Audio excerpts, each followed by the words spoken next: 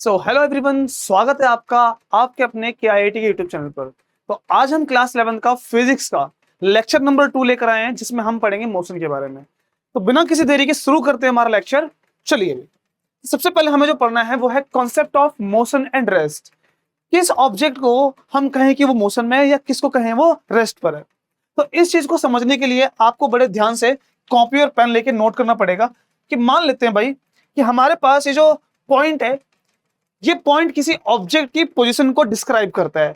वो ये बताता है कि कोई ऑब्जेक्ट है, लेट्स से एक कार है जो लोकेशन ए पर है। ठीक, कुछ समय के बाद वो कार बी पर आ गई, कुछ समय के बाद वो कार सी पर आ गई और कुछ टाइम के बाद वो कार डी पर आ गई। अच्छा, फिर से जब ये कार ए पर थी तो हमने जब इसके मोशन को नापना शुरू किया, हम उसको क्या बोलते हैं? टी इक्वल्स 0, जो हमारे फर्स्ट लेक्चर में ऑलरेडी अपलोडेड है। फिर कुछ टाइम बीता, t इक्वल्स टू 1 सेकेंड, ये कार अभी भी ए पर है। t इक्वल्स 2 सेकेंड, ये कार अभी भी ए पर ही है। जैसे ही t इक्वल्स 3 सेकेंड हुआ, ये कार आगे आ गई। t इक्वल्स 4 सेकेंड हुआ, कार और आगे आ गई। टाइम बीतता जा रहा है, कार आगे आती जा रही है। अब ऐसे में हम ये साफ साफ क्लियरली डिफाइन कर सकते हैं कि भाई जब टाइम 3 सेकंड तक था तो कार ने पोजीशन को नहीं बदला। जैसे ही टाइम 3 सेकंड, 4 सेकंड, 5 सेकंड हुआ, तब कार अपने पोजीशन को बदलती है। अगर पोजीशन में चेंज आया तो इसी कंडीशन को हम कहते हैं कि मोशन, यानी कार मोशन में है, कार मूव कर रही है। और t इक्वल 0 से लेकर 2 तक ये कार कैसी कंडीशन में है? रेस्ट में। तो 0 से लेकर के कहां तक है भाई? 2 सेकंड तक ये कार की पोजीशन नहीं बदली है। तो अगर पोजीशन नहीं बदली, हम कहेंगे उस कंडीशन को रेस्ट। तो रेस्ट क्या है, मोशन क्या है, एक बार छोटा सा इस वर्ड को डिफाइन कर लेते हैं। तो रेस्ट कब होता है कोई भी object? When no change in position of object, no change in position of object. अच्छा, ये जो मैंने लाइन लिखी है कि no change in position of object, ये लाइन थोड़ी सी अधूरी है। इसको पूरा कब करेंगे? अभी थोड़ी देर में, जब हम समझेंगे कि मोशन एक रिलेटिव टर्म होती है। मोशन को कंपेयर हम टाइम से करते हैं, और जब कोई ऑब्जेक्ट मोशन में है तो उसके लिए क्या स्टेटमेंट होती है? तो भाई मोशन में होने के लिए जस्ट रेस्ट का ऑपोजिट, यानी हमने कहा change in position of object, change in position of object. अगर पोजीशन चेंज हो रही है तो वो मोशन में है, नहीं चेंज हो रही है तो रेस्ट पर है। अब इस कंडीशन को थोड़ा सा समझने के लिए चलिए एक काम करते हैं, एक छोटे से एग्जांपल पे डिस्कस करते हैं। वो एग्जांपल कुछ इस तरह से है कि मान लो कि एक बस है, राइट, एक बस। अब उस बस की सीट में हमने ये कंडीशन बनाई कि जो बस है, बस की एक सीट यहां, एक सीट यहां। यहां आपका फ्रेंड एक बैठा है, लेट्स बी से इसका नाम अमन है, या ए से कोई भी लेटर आप मानो जो आपको पसंद है। और जो ये सेकंड वाली सीट पर है, लेट्स बी से यहां पर कोई पर्सन बैठा है बी। अब इन दोनों को एक आदमी है जो ग्राउंड पे बाहर से नापता है इनको। अब वो एक पार्क में बैठा है, तो पार्क में एक चेयर पर बैठकर वो इन दोनों की पोजीशन को नापता है, जो कि है सी। करेक्ट ना? अच्छा, अब ये पूरी सिनेरियो एक बार फिर से देखो। भाई ए पीछे वाली सीट पे बस के, बी उसके आगे वाली है, और सी एक पर्सन ग्राउंड में है। अब साथ में जब हम ये बोलें कि ए और बी का जो ओरिजिन है, यानी बस का जो ओरिजिन है, अगर वो सी से कोइंसाइड कर जाए, मैंने क्या लाइन बोली कि बस का ओरिजिन सी से कोइंसाइड कर जाए। कोइंसाइड करने का मतलब क्या होता है कि अगर ये सी है जो ऑब्जर्वर है, या कोई भी ये एक दूसरा ऑब्जर्वर, अगर ये इसके जस्ट सामने आ जाए जहां पर आपको सी वाला ना दिखाई दे, उसको बोलते हैं कोइंसाइड करना।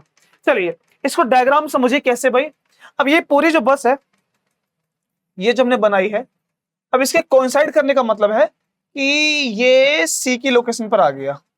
ठीक है, ये इधर आ गया, यानी जो सी का ऑब्जर्वर पॉइंट है x equal to 0, y equal to 0, z में, x में नाप रहा है मान लो।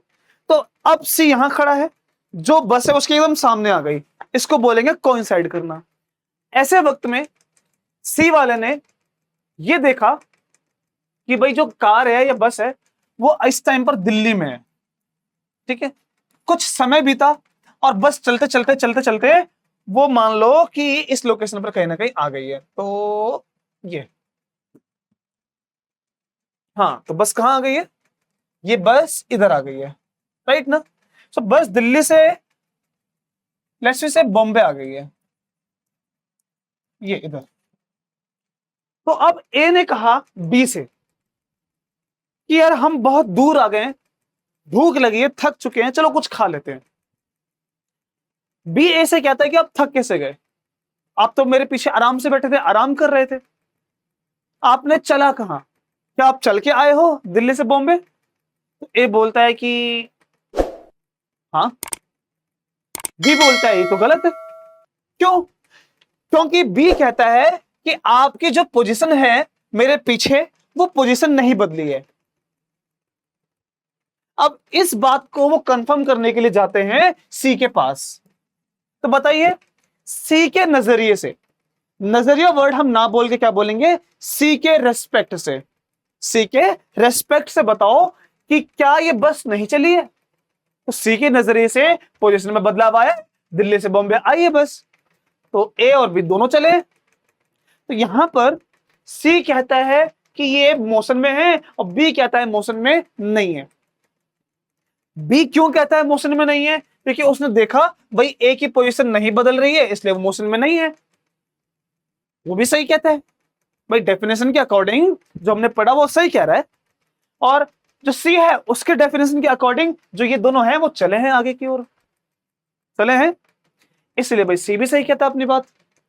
तो यहां पर हमें एक बात समझ में आई कि ये जो कंडीशन है चलना और ना चलना, ये दोनों की दोनों ही सही है।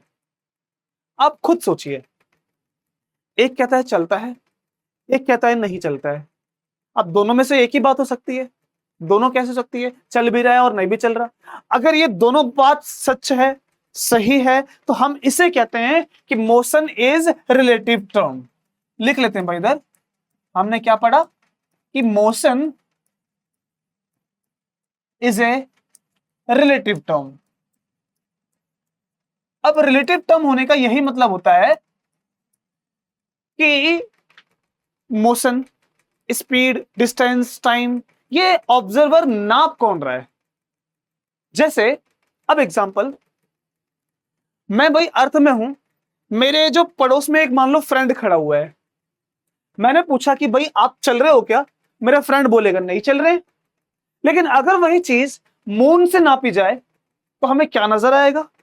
भाई फिर से एक बात बता दूं आपको, देखो ये जो कंडीशन हम ले रहे हैं, समझ रहे हैं, आपको अच्छे से पता है कि हमारी अर्थ जो है वो सन के अराउंड चल रही है, एम आई राइट, सन के अराउंड रिवॉल्व कर रही है। क्या हमें पता चल रहा है?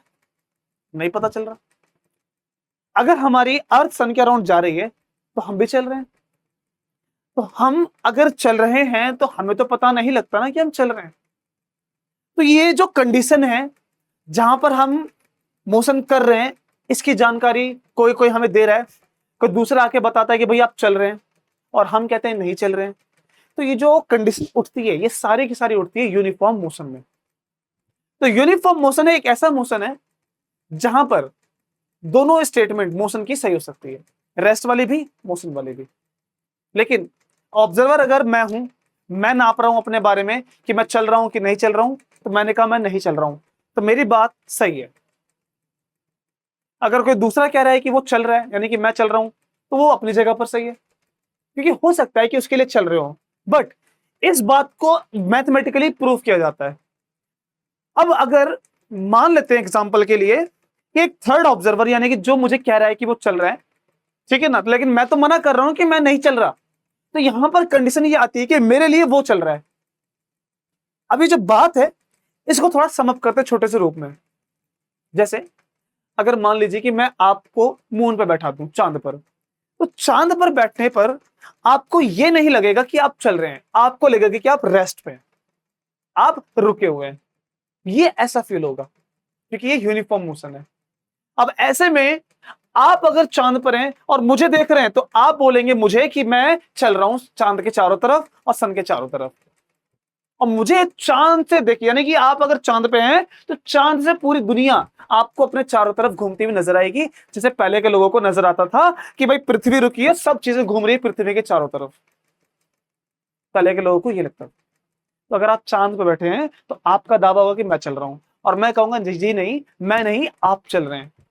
ठीक है, क्योंकि भाई मुझे तो लगेगा ना कि अर्थ के अराउंड मून घूम रहा है, लेकिन हम जानते हैं, क्या बात जानते हैं भाई, कि अर्थ सन के अराउंड रिवॉल्व करती है ना, और मून अर्थ के अराउंड रिवॉल्व करता है। ये जो बात हम जानते हैं, असल में ये बात एक फैक्ट से निकल कर आई है। जब हम सोलर एक्लिप्स, मून एक्लिप्स को एक्सप्लेन करते हैं, ये बात को वहां से एक्सेप्ट किया गया, लेकिन इस बात का कोई एक्सपेरिमेंटल प्रूफ नहीं है, ना आज भी है, कि मून अर्थ के अराउंड चल रहा है या अर्थ सन के अराउंड चल रही है। इस बात का कोई एक्सपेरिमेंटल प्रूफ नहीं है, बस इन बातों को हम कुछ फैक्ट के बेसिस पर सच मानते हैं। करेक्ट। तो आगे बढ़ते हैं। ये जो हमने अभी डिस्कस किया, ये कंडीशन है यूनिफॉर्म मोशन की। अब यूनिफॉर्म मोशन क्या होता है उसको कुछ देर में हम पढ़ने जा रहे हैं, बट आई होप कि यूनिफॉर्म मोशन का थोड़ा थोड़ा आइडिया आपको लग चुका होगा कि यूनिफॉर्म मोशन में क्या होता है ना। रेस्ट और मोशन दोनों ही एक डिबेटेबल बात बन जाती है। खैर, अच्छा, ये तो था लास्ट क्लास का जो हमने पढ़ा, अभी रिकैप किया हमने। आज हमें क्या देखना है भाई, डिस्टेंस और डिस्प्लेसमेंट के बारे में। तो डिस्टेंस क्या होती है, तो आंसर है total path covered by an object. ये भाई डेफिनेशन है कि total path travelled by an object in given time. जैसे मान लेते हैं एक कार है ना, वो कार लोकेशन ए से वो यहां जाती है, यहां जाती है, यहां यहां यहां यहां यहां और यहां पर वापस आ गई। अगर ए पर वापस आ चुकी है तो इसने टोटल कितना पाथ ट्रेवल किया है। इसका पाथ ट्रेवल भाई कौन कौन सा है, अगर मार्क करें तो उसका पाथ ट्रेवल होगा यहां से यहां, यहां से यहां, यहां से यहां पर, यहां से यहां, यहां से यहां पर, इधर ये वाला पाथ और ये वाला पाथ। कैसे, एक गाड़ी में पेट्रोल भरवा दो और वापस ए पर आना है, तो जितना देर तक घूमेंगे, जितनी दूर घुमाएंगे, उतना ही इसका पेट्रोल खर्च होगा। इसीलिए जो डिस्टेंस है वो क्या बताती है, total path travel by an object in given time. इसकी ऐसा यूनिट क्या होती है, मीटर। इसको हम मीटर में मेजर करते हैं, 15 मीटर, 100 मीटर, बाकी जो यूनिट है इसको कन्वर्ट कर लेंगे, जैसे किलोमीटर को आया उसमें। तो यूनिट कन्वर्जन अभी नहीं देखेंगे, बाद में। और साथ में एक इंपॉर्टेंट बात कि ये स्केलर क्वांटिटी होती है। क्या होती है स्केलर क्वांटिटी, क्या होती है वेक्टर क्वांटिटी, ये कुछ देर में देखेंगे, लेकिन फिर भी आपको मैं बता दूं, स्केलर क्वांटिटी वो होती है जिनमें केवल और केवल नंबर होता है। नंबर यानी कि 15 मीटर, 100 मीटर, 50 मीटर, ये वाली जब बात करते हैं तो हम उसकी बात करते हैं स्केलर की। और अगर डायरेक्शन जोड़ दें, जैसे 15 मीटर ईस्ट की तरफ, 100 मीटर वेस्ट की तरफ, तो ये वेक्टर हो जाती है। क्या, अगर स्केलर बोले तो केवल नंबर पूछने की, यानी डिस्टेंस कितना। और डिस्प्लेसमेंट क्या होती है, shortest path between initial and final position.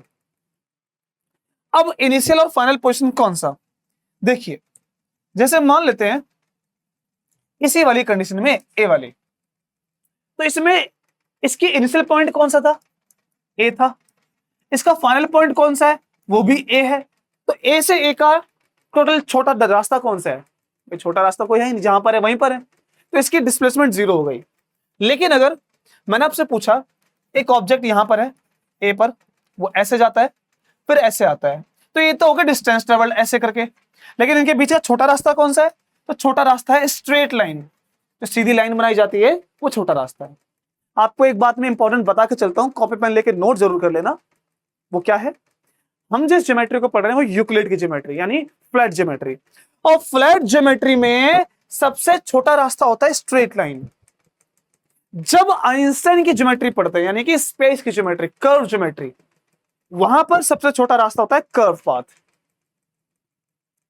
ये बात मैं जो बता रहा हूं कि कर्व पाथ सबसे छोटा रास्ता है, इसके बारे में अगर और जानना हो तो प्लीज कमेंट में बताइएगा, मैं इसके बारे में इंटरेस्टिंग फैक्ट बताऊंगा आपको। करेक्ट ना। अच्छा, डिस्प्लेसमेंट की ऐसा यूनिट सेम मीटर है भाई। ये भी देखो भाई, चाहे डिस्टेंस हो चाहे डिस्प्लेसमेंट हो, दोनों है क्या, पाथ है, दोनों रास्ते हैं, है ना। ये शॉर्टेस्ट डिस्टेंस है, वो डिस्टेंस है तो डिस्टेंस था, डिस्प्लेसमेंट भी। इस रेंज को नापते किसमें, मीटर में। और ये कौन सी क्वांटिटी है, वेक्टर क्वांटिटी, यानी इसमें डायरेक्शन भी जरूरी होती है ना, कहां से कहां, east to west, east to north, इस तरह से। अब एक चीज और, जो क्वांटिटी स्केलर होती है वो हमेशा पॉजिटिव होती है, और जो क्वांटिटी वेक्टर होती है वो पॉजिटिव, नेगेटिव, जीरो, ये तीनों हो सकती है। फिर से, डिस्टेंस एक स्केलर क्वांटिटी है तो ये हमेशा पॉजिटिव रहेगी, हमेशा पॉजिटिव। लेकिन डिस्प्लेसमेंट वेक्टर क्वांटिटी है तो ये पॉजिटिव भी हो सकती है, नेगेटिव हो सकती है, एंड जीरो भी हो सकती है, जैसे अभी हमने देखा। और इसके कुछ एग्जांपल अभी देखते हैं तो आपको और अच्छे समझ में आ जाएगा। चलिए समझिए कैसे। तो पहला एग्जांपल हमने लिया कुछ इस तरह से कि एक ऑब्जेक्ट ए पर है, ए से बी गया, ए से बी की डिस्टेंस है 5 मीटर। तो अब हम दो क्वेश्चन पूछेंगे। पहला क्वेश्चन, किसकी डिस्टेंस कितनी है, डिस्टेंस हम बताएंगे तो वो होगी 5 मीटर। और सेकंड क्वेश्चन है इसका फाइनल डिस्प्लेसमेंट। अगर इसकी डिस्प्लेसमेंट पूछी जाएगी तो वो कितनी है। तो डिस्प्लेसमेंट आप बताइए क्या होता है, छोटा रास्ता है ना, shortest path, initial and final position. तो फाइनल ये, इनिशियल ये स्ट्रेट लाइन है, छोटा रास्ता, तो यही डिस्प्लेसमेंट भी डिस्टेंस है, यानी कि 5 metre. Second case, object A से बी गया, अगेन 5 मीटर, ठीक है, बी से सी आया, फिर सी से डी आया, ठीक है। कैसे कैसे, जो बी से सी है, लेट्स से वो भी 5 मीटर है, और सी से जो डी है वो मान लो 2 मीटर है, ठीक है। तो डिस्टेंस कितनी है, अगर डिस्टेंस निकालेंगे तो चलिए फिर से, पहले ए से बी प्लस बी से सी प्लस सी से डी, वो चाहे पीछे आए चाहे आगे जाए, क्या फर्क पड़ता है भाई, डिस्टेंस में टोटल पाथ ट्रेवल की बात की जाती है, कितना फ्यूल खत्म हो रहा है। ए से बी 5, बी से सी 5, और सी से डी कितना है भाई, 2 मीटर। तो कितना आ गया, 12 मीटर, करेक्ट है ना। नेक्स्ट, डिस्प्लेसमेंट क्या, तो डिस्प्लेसमेंट है इनिशियल और फाइनल पोजीशन का छोटा रास्ता। भाई फाइनल कौन सी है, डी वाली, इनिशियल कौन सी, ए वाली, इनके बीच का छोटा रास्ता। ये 5 है तो ये 3 होगा, टोटल कितना हो जाएगा, 8 मीटर। पता है ना 3 क्यों होगा, तो ये 5 में से 2 ये, तो 3 ये। तो डिस्प्लेसमेंट इस केस में कैसी है, छोटी। यहां की बात कर लो, एक फैक्ट नोट करके, कि ऊपर वाली बात में, पहले वाले केस में डिस्टेंस और डिस्प्लेसमेंट दोनों इक्वल है, लेकिन इस केस में distance is greater than displacement. Am I right. आगे बढ़ते हैं, थोड़ा छोटा कर लो इस पार्ट को पूरा, और आप कॉपी पेन लेके नोट जरूर करिएगा। कुछ इंपॉर्टेंट बातें भी कभी कभी बीच में बताऊंगा मैं, जैसे अभी ये भी है, लेकिन ये बहुत इजी वाले पार्ट है, तो इसको आप समझ के रखिएगा, ठीक है भाई। आगे देखिए, थर्ड केस। थर्ड केस में हमने ये माना, एक ऑब्जेक्ट ए से बी गया, ठीक है, और बी से वापस ए आ गया, तो डिस्टेंस ये 5 मीटर है, ठीक है ना। तो डिस्टेंस कितनी है,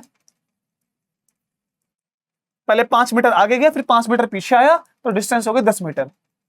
और डिस्प्लेसमेंट कितनी है, फाइनल भी वही है ए, और इनिशियल भी वही है ए, तो ये हो जाएगी 0 मीटर। अब इस केस में आपने क्या कंक्लूजन निकाला, यहां पर भी डिस्टेंस जो है वो डिस्प्लेसमेंट से बड़ी है, इस वाले केस में भी। अब केस नंबर 4 को देखिए भाई, एक ऑब्जेक्ट ए से बी गया, लेट्स बी से, इस बार थोड़ा नंबर चेंज करते हैं, और इसको हम समझते हैं लेट्स बी से कि 3 मीटर है ये, ठीक है। तो ये 4 मीटर मान लो, और बी से सी एक रास्ता है जो कि 3 मीटर है, करेक्ट ना। तो ये बातें आपको समझ में आ रही होंगी। अब इसमें बताइए डिस्टेंस कौन सी है, अगर डिस्टेंस की बात करेंगे 4 और 3 7 मीटर, लेकिन अगर डिस्प्लेसमेंट की बात की जाएगी तो छोटा रास्ता, स्ट्रेट लाइन, तो ये है डिस्प्लेसमेंट।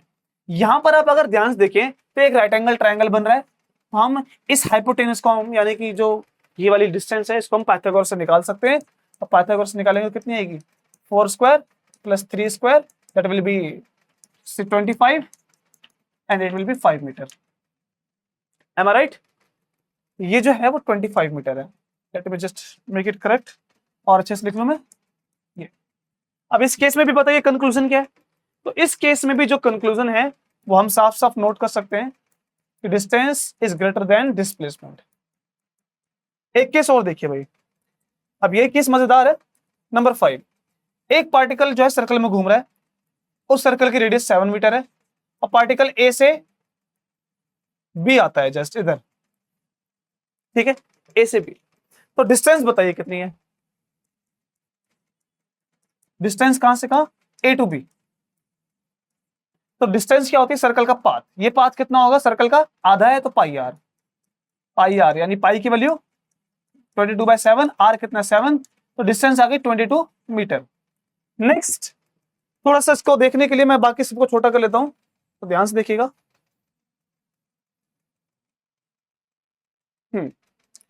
नेक्स्ट केस है, पार्टिकल बी से ए आ गया, देखो डिस्टेंस निकाल ली, और इसकी डिस्प्लेसमेंट कितनी होगी, ए से बी की, ए से बी की डिस्प्लेसमेंट यानी छोटा रास्ता, स्ट्रेट लाइन ए से बी, ये 7 है तो ये कितना होगा 7, 14 मीटर। तो इस केस में भी आपने क्या देखा कि डिस्टेंस 22 मीटर और डिस्प्लेसमेंट 14 मीटर, यहां पर भी डिस्टेंस ग्रेटर है किससे, डिस्प्लेसमेंट से। अच्छा नेक्स्ट, अगर वो ए से इधर आया राइट एंगल सी पर, तो ये वाली डिस्टेंस कितनी होगी।